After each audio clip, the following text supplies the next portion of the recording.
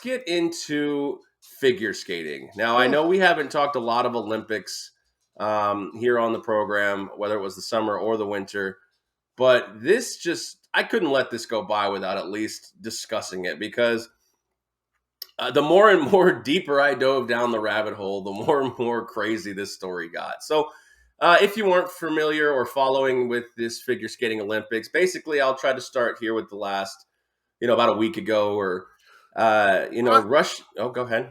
I just want to say, I'll let you go, but I feel like it's fair to start way back as to why they're not even wearing their own flag. I feel like that has to start the story, and then, of course, go do what you got to do. That's fair. Okay, so the Russian the country of Russia, is not participating under the Russian flag. They are participating under the Olympic flag because they are under many violation investigations for doping, basically. So yeah, that's fair. We'll start there, and that's why if you are watching the Olympics, because for me when I was watching them, I was like, what is ROC? Like it was an interesting concept. I couldn't figure out what that all even meant. But let's get back to in December. There was a test taken for a young phenom figure skater by the name of Kamila Valieva. If I butchered that, c'est la vie.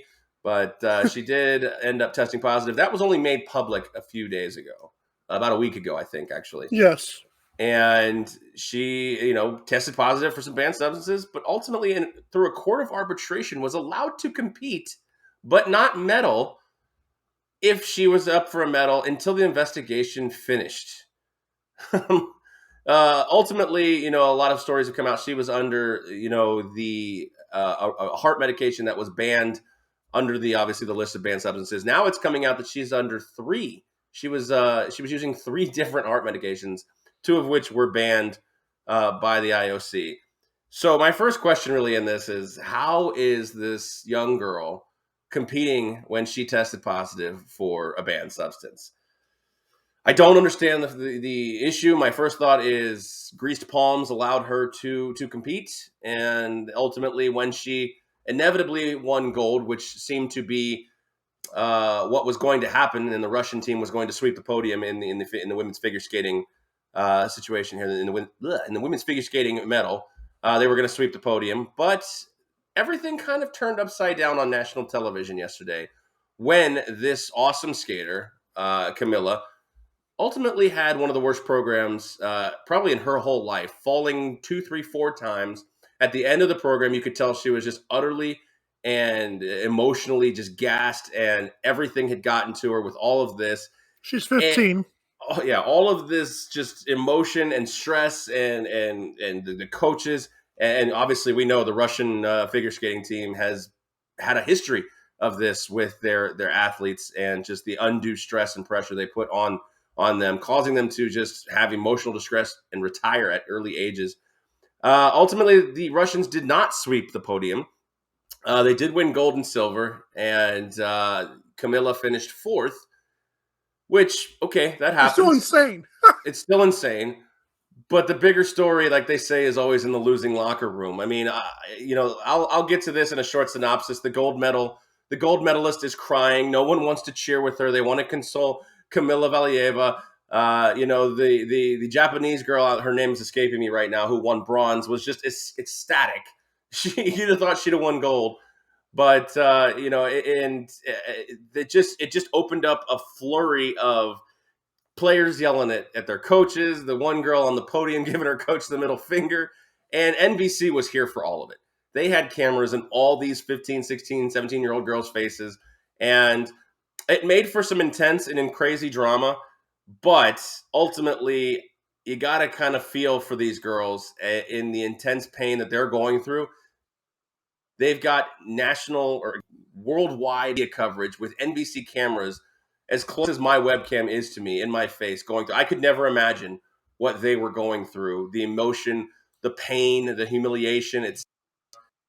Oh, don't do that. But I'm kind of curious as to your thoughts on this, just the insane nature of what has gone on that is ultimately sparking a much larger investigation, not only into the doping allegations, but just the way that these coaches, and I'm going to butcher the coach's name, Don't worry but about the coaches' names. it's Terry Tuberidze. I don't know. That's the best I can do. But the intense investigation is going to be launched. I don't know if any. I don't know if the country of Russia even cares. They're just probably mad they didn't sweep the Olympic podium. I'm not going to make a light and start and try to make jokes about it. This is rough. This is not good. It almost makes me question, and I know we have the story of Simone Biles and all the gymnastics people that were great at such young ages, and that's been going on for years and years. This makes me this reeks of child abuse. I know they're 15, and eventually, kids got to grow up, and they got to make their own decisions. But this reeks of child abuse throughout the Olympics in general. The fact that she was taking 2 substances that were banned, you think she really knew that, Aaron? I don't know if a 15-year-old knows that, or they're just giving it to her and saying, "Take this to help you out."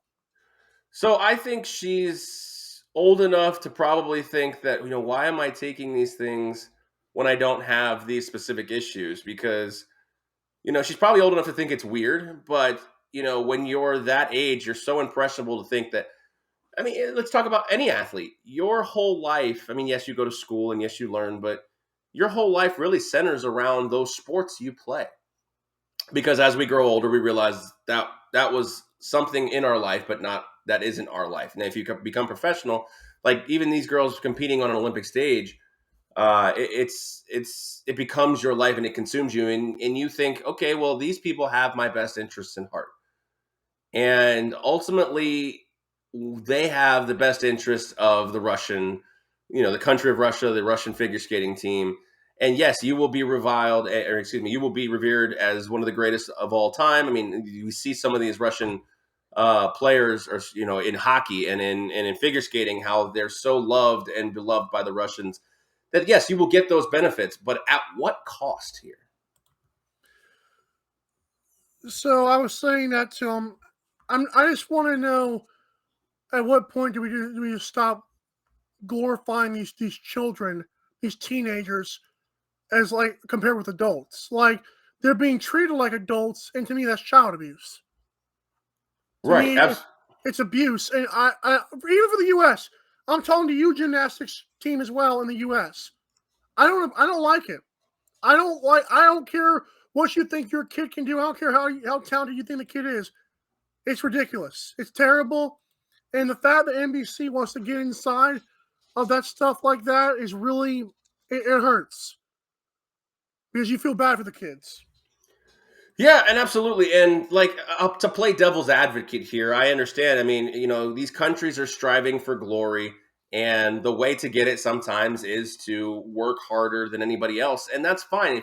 I can understand the allegations against, the abuse of the kids, but then to start putting drugs in their body, this is where it just goes too far for me. Now, I understand there's so many, I mean, even let's liken it to the NFL, there's so many players that say that, Bill Belichick runs his training camps like boot camps, and nobody has fun there, but they win. So They're it's grown-ups. yeah, I understand they're grown ups. I'm just saying, trying to liken it here. I mean, you're talking Right. about that mentality to 15-year-old girls.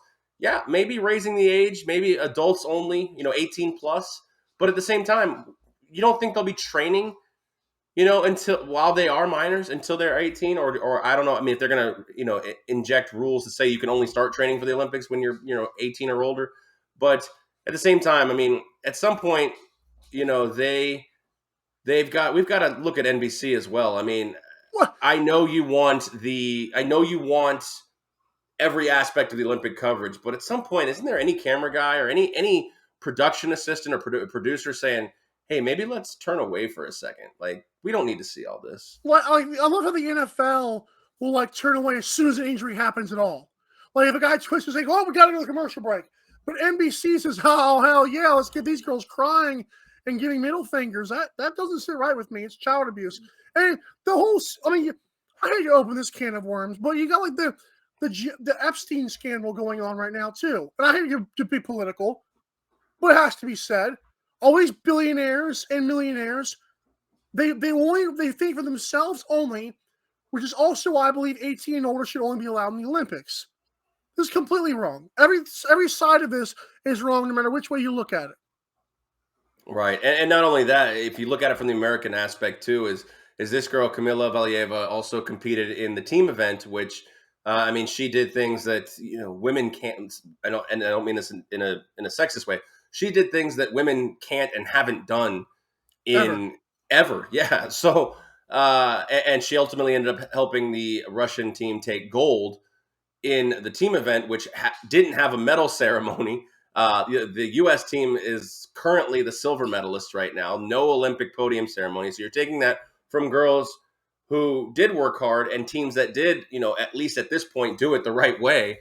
It's become such.